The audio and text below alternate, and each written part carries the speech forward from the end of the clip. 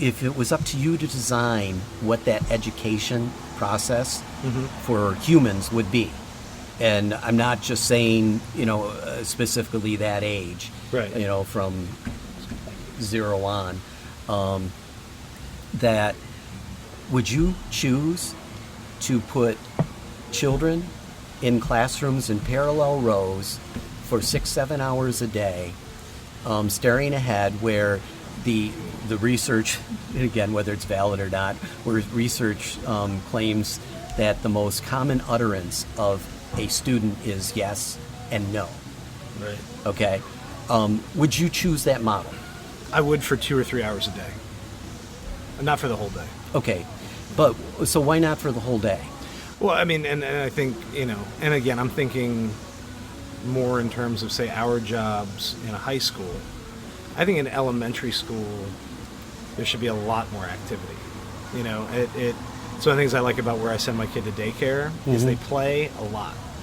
But there is a structured lesson time in the morning where they spend, I don't know, it's hard to judge, but somewhere between 20 and 45 minutes where the kids sit in rows in their desks, they listen to the teacher talks about letters, they point to stuff around the room, the kids learn to just track a conversation. It's really what's happening. Like, whether he remembers all the letters or not is actually less important than he learns to listen for a little bit of time, that he can track where the teacher's pointing, all that sort of stuff. How old are you? He's 3. Okay. He's 3. And I think that, that stuff, learning that early on, that's good. I think that your ability to play... Why do you think it's good? Because it's good practice. Because you need to be able to pay attention. You need to be pay able attention to what? Why? And I'm intentionally... why do you think it's important to learn to pay attention?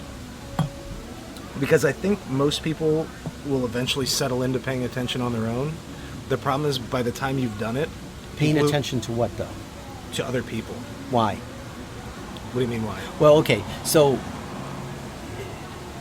the thing I worry about is this sounds that primarily the focus here is conformity.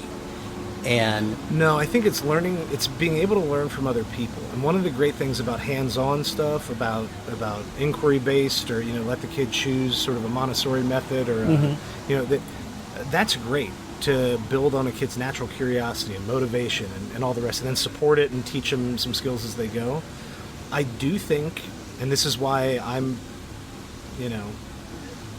I don't know, I want to say one of the few teachers that still do a legitimate lecture in high school sometimes. It's not every day, it's certain lessons at certain times, that there are certain times where you can learn a lot fast if you can just listen to someone else.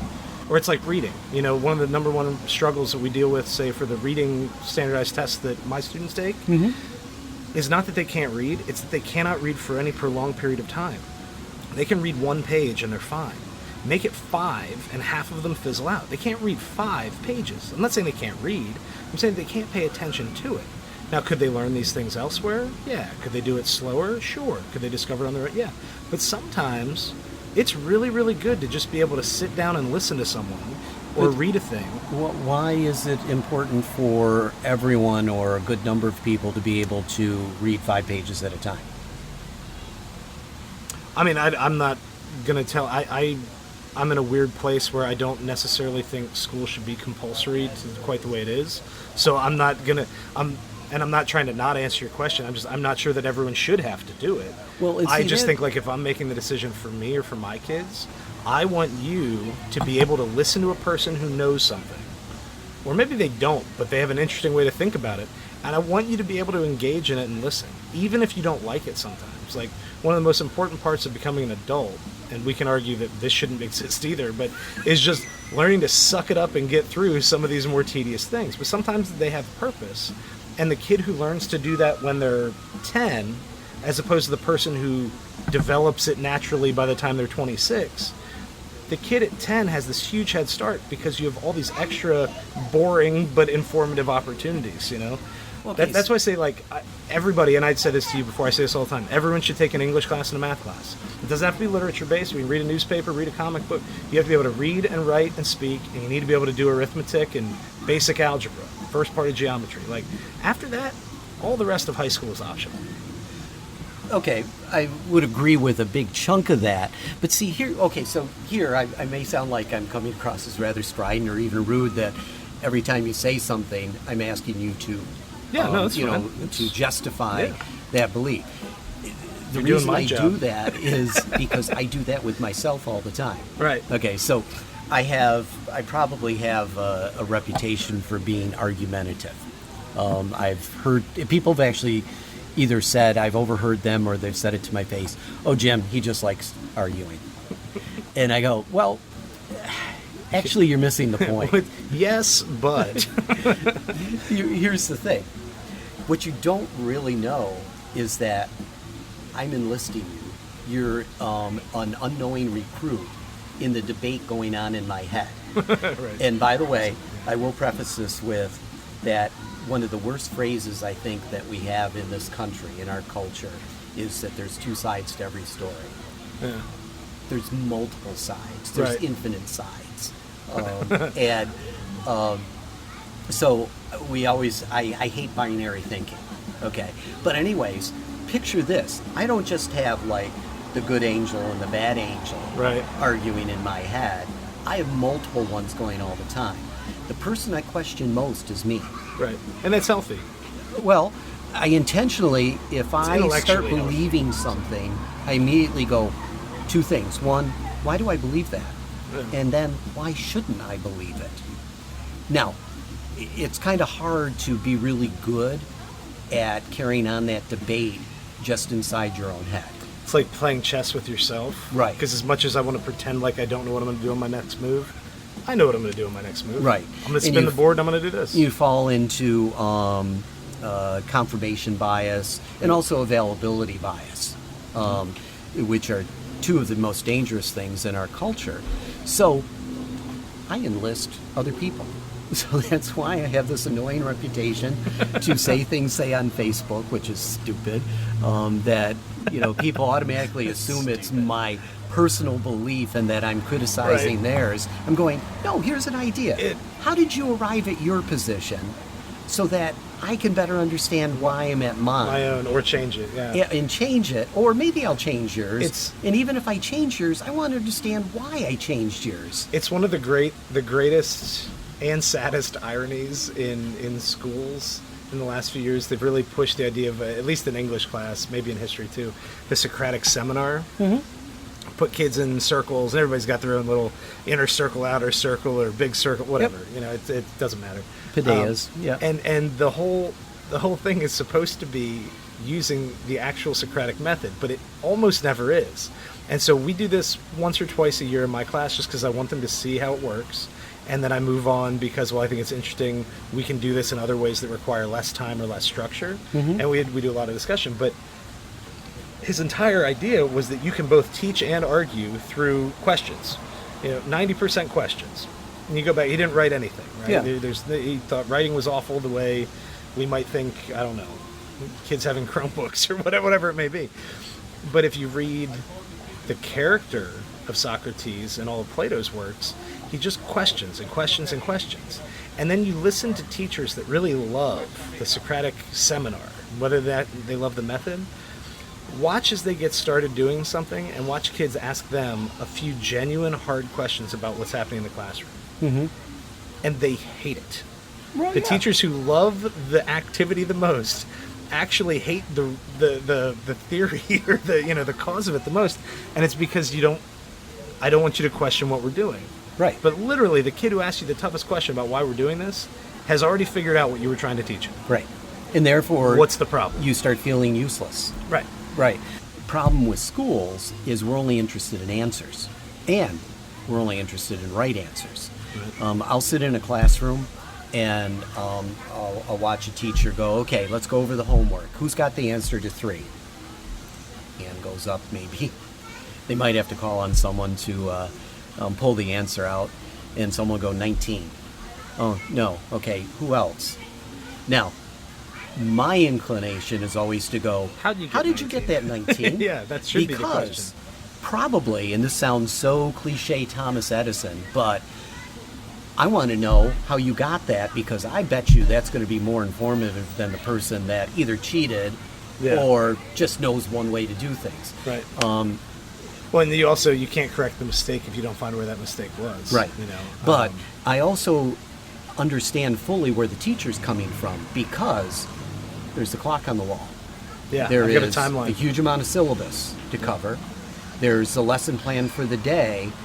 And no matter how much the teacher would love to get in a great discussion about how did you get 19, they don't have time to do it, because how we measure the results is by getting right answers. To me, that's immoral. Yeah. I mean, that's not just like, oh, it's better than nothing at all, or better than any alternatives that we might be limited in imagining. Yeah. To me, it's immoral. You say no to present learning in the hopes of leaving time for future learning. You know, Right. What is it? A bird in the hand is worth two in the bush. Like, just that's your moment. I mean, and I this could be where I am in my career, but I think the worst part of my job is grading essays, and it's not because I hate grading them. I just have too many, and I actually read them. Yeah. I average 8 to 9 minutes of paper. And if you assign 120 paper, like, I don't have that kind of time, you know, so I end up pulling 2 all-nighters in a row, and I finish them right before I give it back. It's miserable. I don't mind reading 5. I just... Become a math teacher. It's much easier. Well, become a PE teacher is what I'm going to do. Ooh, I wasn't even going to go there. I'm going to get my cousin on here soon. He's a PE teacher in Maryland. He's a brilliant guy, very smart, might be an admin at some point. He would be good at it, but we have that argument all the time. But that's the worst part of my job. The most stressful part of my job is figuring out how to get things done. And a big part of this is I teach 11th grade, where all of your English standardized tests in the state are in 11th grade. Right. We have a writing test in March, got 2 that days. coming up in We March, have a and then reading May. test in May, and then a bunch of my classes have an AP test in May as well. Mm-hmm. And so I always feel like I'm on this timeline of, I've got to get these things done. And whether we actually read all of the books or some of the books or whatever, like, there's a set of skills or sort of a process that I have in my head I'm trying to get through. And the most stressful thing I deal with is, how do I get through it without having to do that too many times? Without saying, that's great, but hang on, we got to do the next thing. Where you're not selling too much of your soul. Right, and so sometimes we just hang out and talk. And sometimes I say, you know what? Somebody write that down, and if we have time later this week, we'll come back to it, but we got to go. And that stresses me out more than any other part of my job, is figuring out how to manage a timeline with the amount of things that, one, I'm supposed to teach, and then, 1A, how many things I want to teach. Well, true. And so let me flip this around. What are the goals of your students in each of those classes? Well, it depends on the kid, depends on the class. I mean, we could probably create sort of a median or average sort of answer for each, say, AP or academic or whatever. Right. But, I mean, actually for AP, I think it would be fairly safe to assume to pass the exam. I want an A, I want a 3 or higher or 4 or higher on the exam. I want to go to a certain college, and I want to make a lot of money. Okay, so doesn't that simplify your 85% task? 85% of those kids. You shouldn't be losing any sleep in that class. Yeah, but they're just wrong. teach to the test. But they're wrong. How are they wrong? They're wrong because they're bad goals. Because the score you get on an AP test when you're 17 affects basically nothing in your life. But it affects something that is very tangible to them. Why aren't you going along with their immediate goals? Because they're wrong.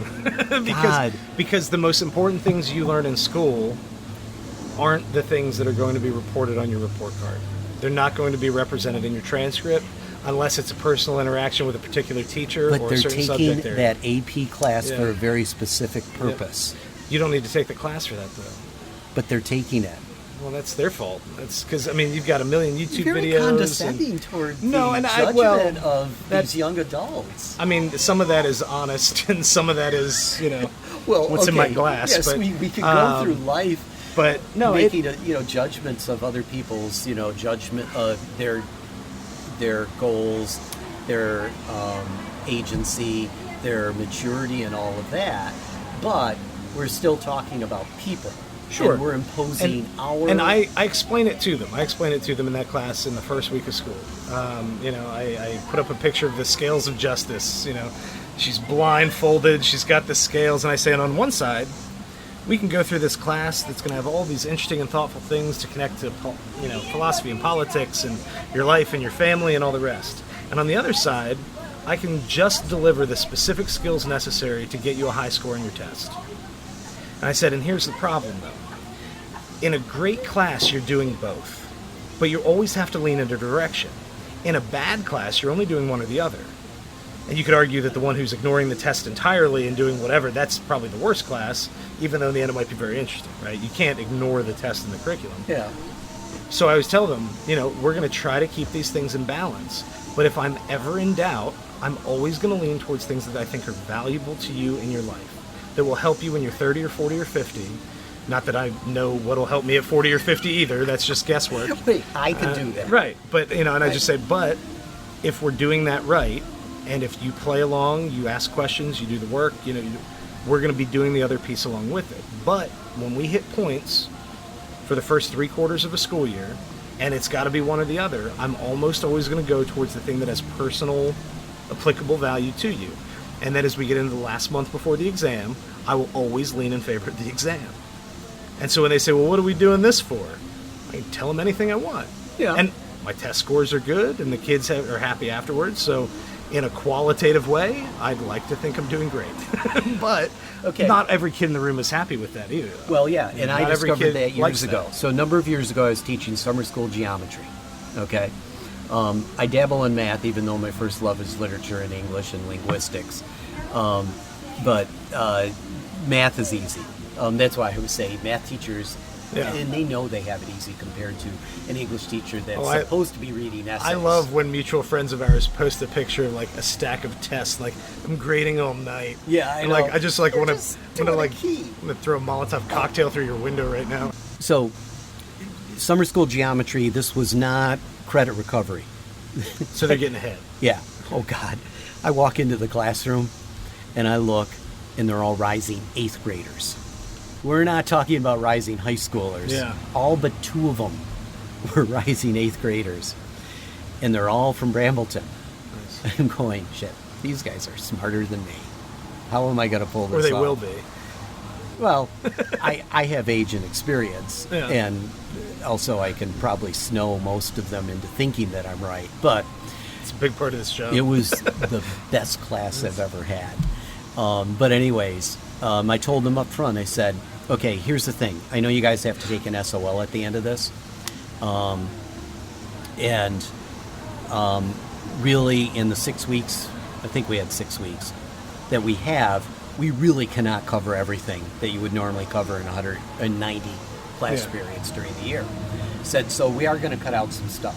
But I will make sure that you have the skills to figure out that stuff on your own. And my conscious decision was mostly solids and circles. We would go somewhat light on because you get a formula sheet. Right. And it's just a really matter of plug and chug. Okay? Yeah, and if you're a smart person, you can figure out half of geometry on your own. Right. So my goal based. was to get them good at thinking. Okay? So I thought they got pretty well at that. It was a very unusual class. More than once an admin came in and left without seeing me in the room. Right. And I would get an email later saying, where are you and what's going on in your classroom? There doesn't seem to be any kind of, education, any kind of teaching going on. And I go, well, it wasn't what you would think is teaching. During lunch, the kids would skip lunch and come and do magic tricks for each other. The whole thing was focused on thinking out of the box, solving puzzles on your own. But anyways, here's my problem, though, and it was the same thing that you did. I was looking for a balance. I can get you through most of the material. You'll pass the class. Right. In fact, you'd probably do pretty well. What I didn't count on is the number of students that had agreements with their parents about getting perfect scores on the SOL, getting 600s. Yeah. Okay. Now, as far as I'm concerned, to make it through school, you just need a 400. Anything over that is pointless. Right. Okay? Yeah. It means absolutely nothing. I try to trick kids into high scores because it looks good on paper. Yeah. It but saves me flack in meetings. But otherwise, yeah. Now, most of these kids... hit your minimum pass. Right. I had some that it was close for all sorts of reasons, but... What do they say in college? C's get degrees? Yeah. Exactly. We have a lot of coworkers that did that. Yeah. So... So I went through the same thing and made some conscious choices, but I did feel really bad because I didn't know about the agreements with the parents Right. until we got to the SOL, and then some of the students were reminded of what their parents' expectations were didn't match with the decision I'd made for them, Right. which was, I really don't care if you get less than a 5 or if you get less than a 600. Well, to them it did matter, and some of the bribes were surprising. We're talking about hundreds of dollars or really tangible, valuable things. Right. And I didn't know about this, so I felt guilty. So it kind of comes Would down you have made to, a different decision if you had known ahead of time? Yeah, because what I wasn't doing was taking into consideration the goals of my students. And this gets back to the morality of it, is we decide what the goals are, and we hardly ever take into account what the goals of the students are. Yeah. We think we know what's best for them. Now, this does come to a question, which comes to the unschooling thing. Yeah. The tension between schooling and unschooling. So, schooling is based on that we know what's good for the kid, and we alone. Okay. Now, we have the strength of law, and also the backing of parents, on this, because parents think we know what's best. But that completely discounts the life of the child. And is that moral?